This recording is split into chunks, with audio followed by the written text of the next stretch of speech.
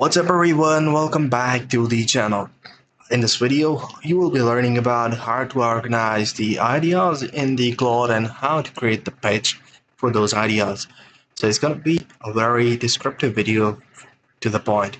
This is the platform that I'm using right now is the desktop application of the Claude, and I'm using the pro version which costs around $20 for the subscription. So it's not that much costly at the moment. Right now, you will see over here, I have written a prompt, a detailed one. First I have, described the role, then the task, what it needs to do, and the formatting rules. After the formatting rules, I have told it to input the data, and after that, the instructions to how to organize it and how to use it to write the page. So after that, it asked me about the ideas, and now that because I'm using it for the conceptual basis and the tutorial basis, I don't have a 5 ideas to run a pitch on.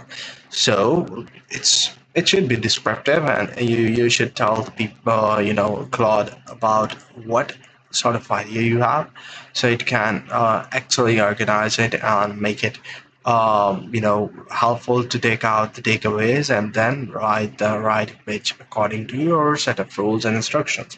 So if you're writing a prompt, make sure you follow the same syntax: roles, tasks, formatting rules, then input data, then instructions.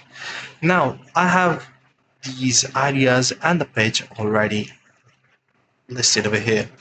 So you will see that I have one idea about the draft pilot, second for the grid log, third for the idea preventer, predictive churn intelligence for B2B SaaS customer success team, and video production brief that directors actually use, structured mentorship infrastructure for high growth companies. So these are all the things that we can do.